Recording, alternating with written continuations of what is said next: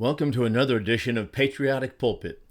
We were formerly known as American Liberty with Bill Lockwood. We were on the radio. We've switched to being a podcast only. So American Liberty with Bill Lockwood is what we were called out of Wichita Falls, Abilene, and Lubbock. But now, Patriotic Pulpit. Today I want to talk about the Republican debate, give my reflections on it for just a few moments. Regarding the Republican debate that took place just 2 days ago, I first of all want to simply lodge this objection. Quit calling it a debate. Quit calling it a debate. It's more like a cat fight. It's more like a food fight, yelling matches, throwing things at one another. We ought not to identify the word debate with what took place, and we don't want to dignify what occurred with the word debate. And that's not simply the Republicans' fault. That's the way it is set up by the networks such as Fox News, who sponsor this one, or Fox Business, who sponsor this particular debate. But it's not really a debate at all. What is a debate? Well, it's not interrupting one another and talking over top of one another and making it so no one can understand what anyone else is saying, or addressing one another and then charging one another with certain particular faults and crimes or whatever it may be. That's not a debate. Argumentation and rational debating involves reasoning. It involves argumentation. It involves laying out premises. It involves laying out premises that draw a conclusion, that demand a conclusion. It involves bringing reasons to support a particular claim. It would be me constructing a case. And it's not easy to do in 1 minute blocks, I grant you that, for they only had 1 minute blocks to start with. But that's what a debate is. It is someone taking a case and building a case as best they can in the short amount of time allotted to them, and then someone else trying to answer it. It involves logic. What is logic? Well, those are principles that we lay out, premises by which we can deduce or deduct a conclusion therefrom. It involves putting out evidence. It involves someone else testing that knowledge, testing that evidence. It involves examination of the premises. It is whether or not we have drawn the proper conclusion. It is a thinking man's game like chess. But what went on is not a thinking person's game at all. It is nothing like that. It was nothing like that at all. And this has been the common case for many years, where they just get attacking one another and talking over top of one another.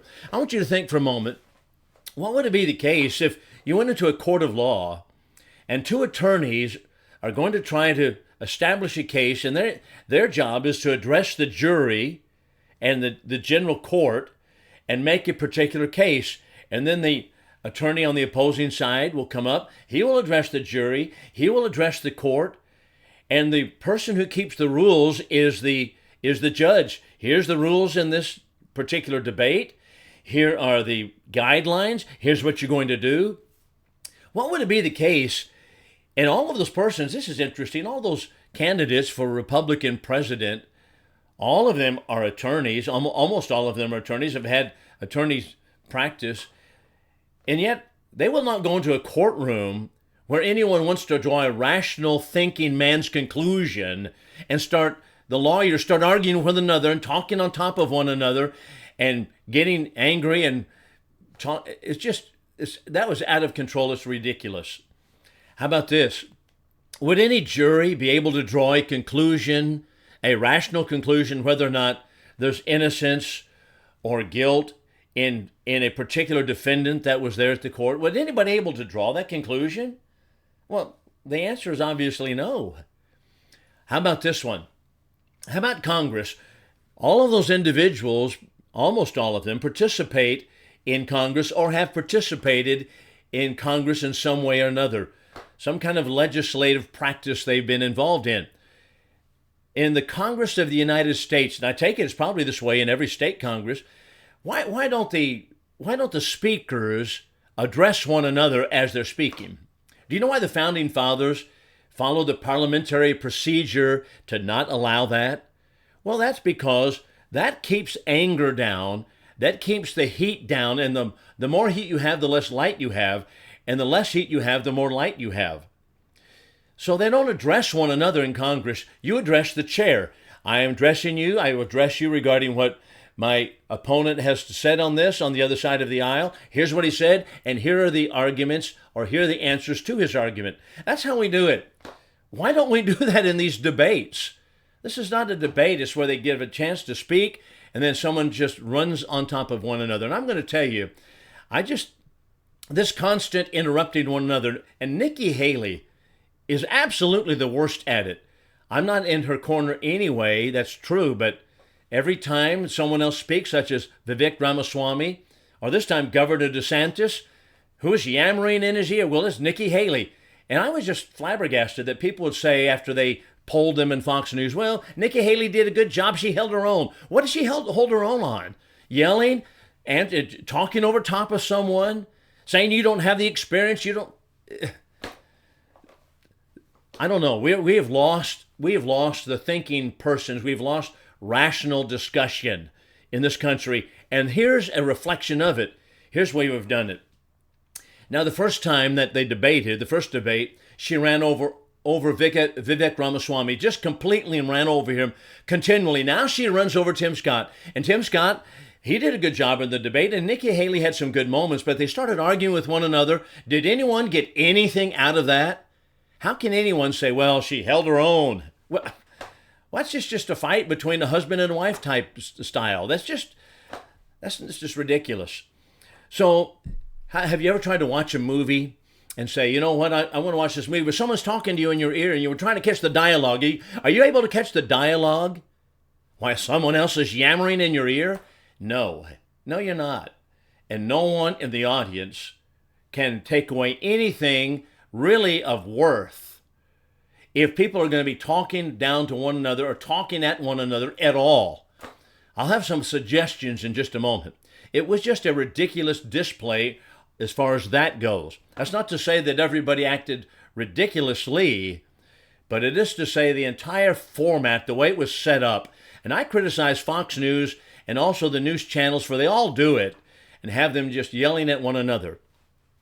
So not only was it ridiculous in that, it was ridiculous in another thing, because here you have Governor Christie looking right into the camera and saying, Donald Trump, you're Donald Duck. I thought, you know what? I mean, it's almost like violating the very first and basic rule of common sense. And that is that there are a lot of people that have a niche. You know, comedians have a niche. They have a lane. They have something they've kind of made a trademark of the way they talk and the way they make a joke and the way they can do it. Bill Cosby had great style. So also Bill Kristol and, Gallagher. I don't know if you remember Gallagher. Just a lot of people who have great style. Barney Fife, Don Knotts. What would it be if I came up and tried to mimic that particular thing? I mean, that would be trying to imitate them, but, try to make it my own. You be yourself. The first rule they say to public speakers, you be yourself. Do not try to mimic while you're speaking to someone else or while you're speaking to an audience. Don't mimic somebody else. That's their lane. That's a trademark that they have. You be you.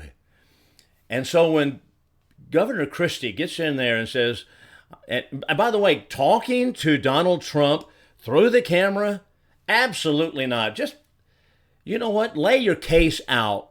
Quit just charging against Donald Trump and don't try to call him Donald Duck and that kind of silly stuff. Trump does that kind of thing, but that's kind of him, and that's just, don't try to imitate that as a speaker. So I have some suggestions. So here's a couple of suggestions. By the way, in the courtroom, if you're in a courtroom or in Congress, do they allow audience to participate? No, they do not. No, why? Because that lends itself to more of a popularity and try to say something in a strident fashion and try to really gin up some support that really takes away from whether it's logical and rational thinking. That's why. But so don't allow the audience to participate, and they can have an audience there, but you don't participate and don't try to address the audience in that type of a fashion. So that's what I'm going to suggest. So here's some suggestions. Number one, from now on, give them 2 minutes apiece. Here's 2 minutes. We'll give Governor DeSantis 2 minutes. If he is mentioned in a particular statement of someone else, then give him a minute to respond. If there's an interruption, then take it off the next question time of the person that is interrupting. If Nikki Haley is going to run over top of Governor DeSantis, which she did in this debate, trying to yammer all over top of him, then say, you know what? We're going to, number one, cut your mic right now. Number two, we're taking time off your speech next time. You had 2 minutes, now it's down to 1.5 minutes. Now you either shut your mouth and let him speak. You'll have your chance in a moment. But this deal about begging from the moderator chair, everybody to be quiet, is ridiculous. What would be difficult about that? So every time Vivek Ramaswamy spoke, there's someone blabbering against him. It's just almost like someone yammering in your ear, like you're trying to watch a movie and trying to pick up the dialogue. And that's what was going on. So number one, give them 2 minutes. Don't allow any interruptions. If someone interrupts, then take time off their time. Number two, don't allow them to address one another. As soon as they do it, cut their mic, take their time off the next speech. Don't allow them to address one another. That ought to be one of the rules. I do not understand why they can sit there and talk and get tough with one another, and the next person is going back and forth. Nikki Haley and Tim Scott got going, and you know what?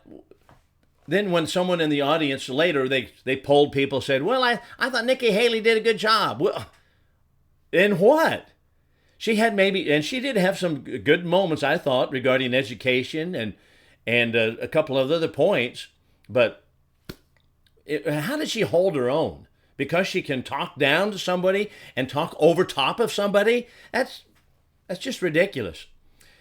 Number three, do not allow anyone to address people individually through the camera.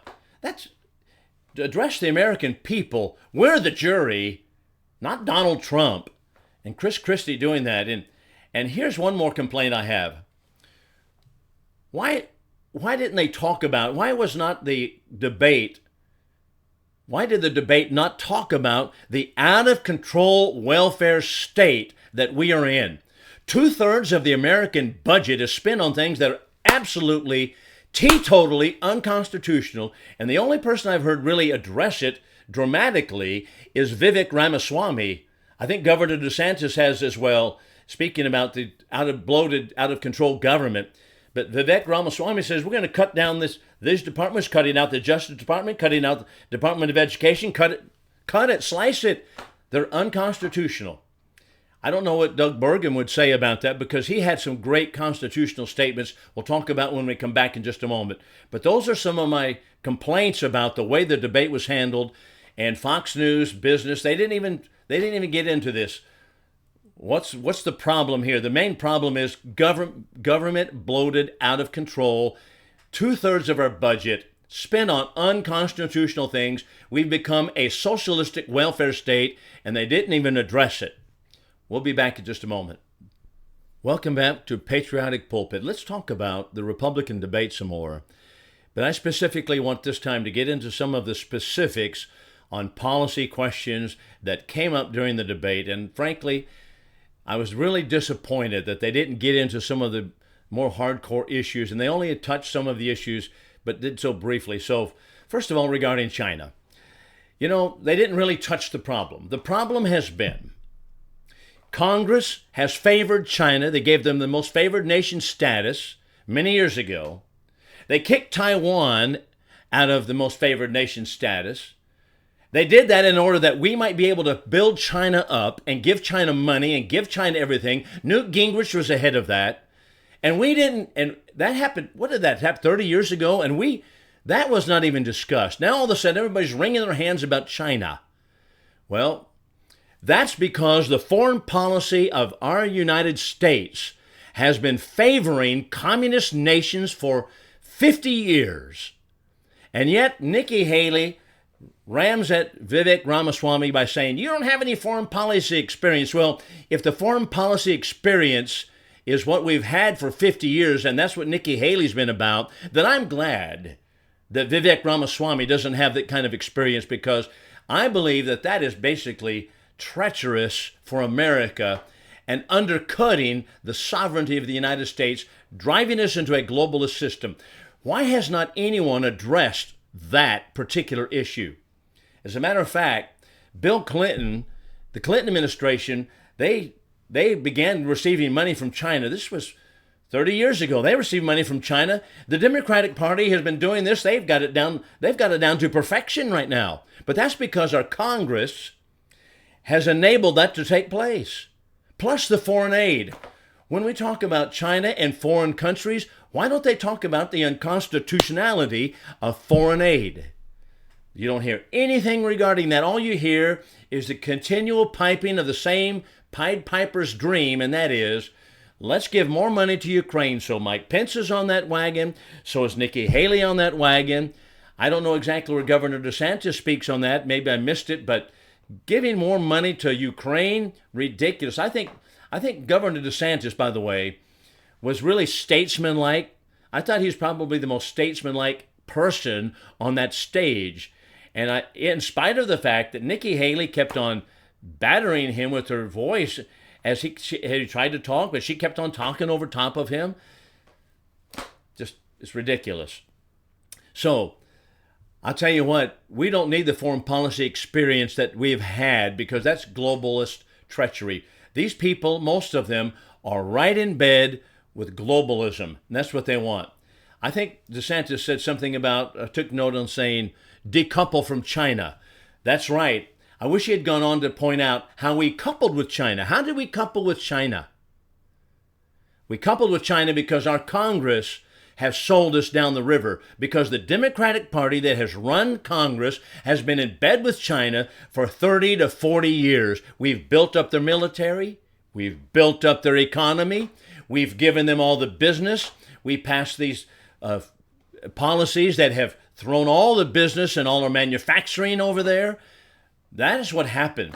As a matter of fact, during Bill Clinton's period, we passed certain laws such as NAFTA, and you know, in 1 year, we lost in America 1/2 of our manufacturing jobs. So it's not about simply jobs, because you hear the Republican candidates talking about jobs. It's not only about jobs. It's about what kind of jobs. Do we all want to work at McDonald's? That's a job. I'm 65 years old. I'm at the point of retirement, a partial retirement. I don't want to be working at McDonald's. I don't want to have that as my background, just a McDonald's window operator. No, and you don't either. Yeah, there are jobs out here in America, but what kind of jobs are they? We have lost our manufacturing because we've signed on these globalist deals such as NAFTA, GATT, all these other globalist ideas that immediately sent all of our manufacturing overseas or south of the border. But we didn't hear any of that kind of talk in the debate. Why? Because they want to stay in that same lane, and that's exactly why they want to stay in Ukraine also. How about illegal immigration? I did appreciate Vivek Ramaswamy. Of course, I'm a Vivek's fan, and I don't try to hide that at all. I've read his book. I read a lot of his materials. I thought, boy, this guy, he's really right on target. I like Governor DeSantis too. I think, boy, he's a strong, commanding leader. And he showed it when Nikki Haley kept on yapping in his ear. I thought, boy, that's pretty good. He was able to maintain his cool on that, address the audience, and didn't turn around and start getting into it with her. But Vivek Ramaswamy, on illegal immigration, he pointed out one of the things that has been stuck in the craw of American citizens for a long, long time. And that is this ridiculous idea of birthright citizenship, that an illegal alien coming over here breaking our laws can have a child, and then that family, that child is now American citizen, and now we have the anchor baby, and now the parents... 14th Amendment, as Tim Scott came on and pointed out correctly, that had only to do with slavery. It had nothing to do with what's going on. But that's what you get when they say the Constitution is a living document and it can change meanings over a period of time. That's the ridiculousness of that. No person in law, of which I'm aware, says, well, this is the law here in this particular statute and regarding a corporation or a business, and yet we're going to make it seem, may say whatever we wanted to say simply because the time has changed. That's absurd. Well, DeSantis also pointed out, great comment, we need to use the military on the border. It's a national emergency, and we need to do it right now. Here's my big question, however. Why have Republicans not stopped the border? You know what we need to do in the state of Texas? We need not only to do what Governor Abbott has done, put barbed wire down there and put the military down there, National Guard down there, but when the federal government sends in their own agents to break down our barriers, we need to kick them out of the state. Why do we put up with this treasonous behavior by the Biden administration, which sues the Texas government to continue to take down our border and take down and remove the border barriers and come in and cut the wire themselves? We need to kick them out of the state. If that means separation, then so be it. We are overrun. And after 4 years of Biden, over 7 million illegals here, and what will it be by next year? We will not have any free and fair elections anymore. If we keep on going to courts and suing one another over it, that day is gone. We need to get rid of those people. So that is, I'm talking about the federal agents, the federal government doing this. Tell them, get out of the state. You're not welcome here. Now, one thing regarding Mike Pence, I'll say this. He's not my favorite, but I do appreciate his stand on pro-life. He has an outstanding pro-life record, and I appreciate his boldness in standing for pro-life issues. I think that's not only a great position, but it is the only right position, is a Christian position. But at the same time, he's one of those globalists. I heard nothing from him about getting out of Ukraine. Have you ever thought about this? Mike Pence's position, Nikki Haley's position, as far as I know, Tim Scott may be mistaken, but his position also, continue to fund Ukraine. Wherein does that differ from Joe Biden? We don't know why we're there. What is the end game? How are we going to get out? What kind of government does Ukraine have? Why did Russia to invade to begin with? According to Governor Christie, well, if they take Ukraine, they might march on to Poland. Well, you know what? It's not our job to go defend all of the world with our money, our blood, and our treasure. We have lost so many countries around the world because of this kind of globalist stance. Absolutely ridiculous. Now, I will say, and I've been critical about Nikki Haley, but I'll say this. She did a good job on health care. I appreciate that this is, I thought, her best of the evening, where we need to change tort laws, that is the legal system on suing, break the back of big pharma. I appreciated her saying that. But however, she wanted big government, United States government involved. I don't think that's the answer. Now, I'll tell you one who's an unsung hero in all of this, and that is Governor Burgum of North Dakota. Do you know what? Not only did he behave himself as well as anyone on that stage, he didn't interrupt. Did you see him get in and do any catfight with anybody? I did not. He was respectful. He was not yelling at any one person. He didn't attack anyone else. Regarding health care, and they kept throwing up the question, how about the health care, and what would you do? And he said, the United States government has no business in health care. That's exactly right. You read the Constitution, you find it. It's not there. Not only that, but he said the same regarding education. The U.S. government needs to not have anything to do with it. They asked him about transgender issues, and he pointed out it's not a federal government issue. Let the states, and he made a comment here that I thought was so telltale that he has been in tune with the Founding Fathers. He said all 50 states are laboratories of innovation. Where have I read that before? I read that right from the Founding Fathers. The laboratories of innovation. Let the states do what they want to do. And if one state has laws pertaining to pro-transgenderism, let them do it. And when they lose citizens out of that state, like California is doing, then they'll learn their lesson. So Doug Burgum did a great job. I thought he is so constitutional. He had great answers. He's obviously very, very well versed on all of the constitutional issues. I think he is exactly right. We'll have more in just a moment. Welcome back to Patriotic Pulpit. You know, I have a website which is called American Liberty with Bill Lockwood. You can go there and donate to the program if you care to do so. It has a donate button on it. That's American Liberty with Bill Lockwood. I used to call the program American Liberty with Bill Lockwood. We were in Lubbock, Abilene, and in Wichita Falls.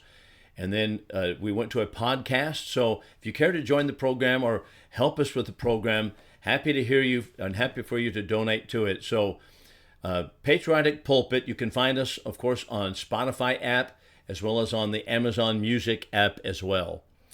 So thinking about Ukraine, I have some thoughts regarding Ukraine, what Tim Scott had to say at the debate. We're talking about the debate this last Wednesday night.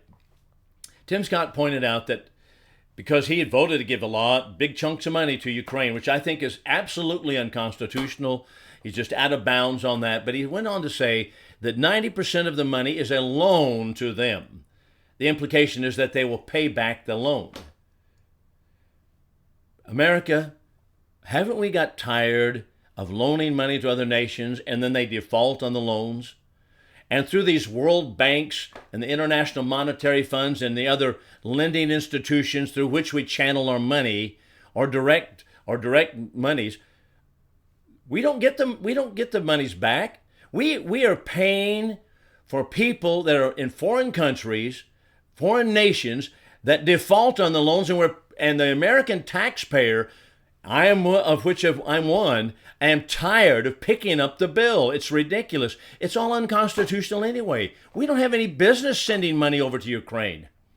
And why is it the American taxpayer is always on the hook for these globalist ideas? They don't pay us back. And then Chris Christie goes on to say regarding Ukraine, he said, "We'll stay in Ukraine because if Putin goes to take Ukraine, he's going to take Poland too." Well, he doesn't know that at all. And why did they invade Ukraine to begin with? We haven't been told that. We don't know why that's the case. I have an idea that it has to do with a lot of the Clinton material, and the Democrats have used that as a playground for many years, but we don't know why. And why is it that we're in endless wars continually? It's absolutely absurd. And Governor Chris Christie is absolutely wrong on this. I mentioned earlier about the interruptions during the debate. It was just continual. And at one point, I just said, you know what, I'm just going to write, and I was midway through the debate, I said, I'm going to write down the interruptions. And I wrote, okay, so on foreign policy, Haley was interrupting Vivek Ramaswamy. Pence was interrupting Vivek. You don't have any experience. You can't have on-the-job training. Well, we don't like the training you've had, Pence, so can we get somebody else in there? Pence was interrupting other people. Haley interrupted DeSantis. DeSantis couldn't get a word out. Haley kept on in his ear. So you know what? It was a free-for-all. Here's a good point in the debate also regarding the Federal Reserve. I think that when Vivek Ramaswamy pointed out that we need to put the Federal Reserve back in its place, that's a broad statement. I wondered what exactly he had in mind by that. But the Fed has never been audited. It is an unconstitutional system. I don't know how in the world we're going to get out of it now, but that's the case from 1913 forward. But at least he recognizes the problem. We didn't have anybody else on that stage point out one of the major problems in American politics is the Federal Reserve continuing to print money for all of these globalistic, socialistic at-home programs that we can't pay for. I wonder if we were to take money from the American taxpayer pocketbook directly and give it to Ukraine or give it to the welfare system, we would throw an 8-alarm fit. As a matter of fact, FDR recognized that we would throw a fit. So when he wanted to tax the American worker and take money out of their paycheck to pay for some of his programs, he said, you know what? If we cause them to write a check once a year, they're going to throw an 8-alarm fit. They're not going to stand for it because they'll say, wow, look how much money is taken out right now. We don't have it. So he said, you know what? We're going to bypass. This is how the Democrats think. We're going to bypass the thinking and the objective reasoning the American people and constitutional reasoning that the people have. And so we're going to take it out a little bit at a time, month by month. So we took it out month by month paycheck. How do you like that? Well, but the reason he did that was because, hey, you know what's going to happen if we took it out all at once. Pay this much to the IRS at the end of the year. Absolutely an atrocity of a system. So Vivek Ramaswamy just pointed out that we need to put the Fed back in its place. I appreciated Governor Burgum also. He made some comments regarding farmers to protect the farmers. We live right here. I'm living in North Texas. And you know what? The farmers are hurting. We have got to do something. Get the government off the back of the American farmer. Let them produce. Let them plant. They know better what to do and how to plant and how to reap and how to harvest. They know how to do this. Why have the government involved in them? And Governor Burgum, just so good on that particular. And I thought this was interesting also regarding TikTok. I thought, I don't know where I stand on all that issue, but Haley said, Governor Haley said, well, we can't trust you, Vivek, because he sat down with some people of TikTok, I guess. You know what? And then when Vivek tried to respond, once again, they said, we'll give you 15 seconds to respond to that charge. Do you know he didn't get a single word in without Haley on top of him verbally? Out of control again. So that's what I think about those debates. We need to get a handle on this. And I think the bottom line is, unfortunately, it speaks about where we are as American people. Do you know why we can't get a jury to convict a man who's on tape robbing a store, a black man robbing a store, taking jewelry and putting it in his bag, beating to a pulp the jewelry store owner that is there, the worker, and there he is on tape, and the jury can't convict him? What's the problem here? The problem is that we have become so brainwashed with racism and those kind of nonsensical ideas. We can't even define what it is. Everything is racist anymore.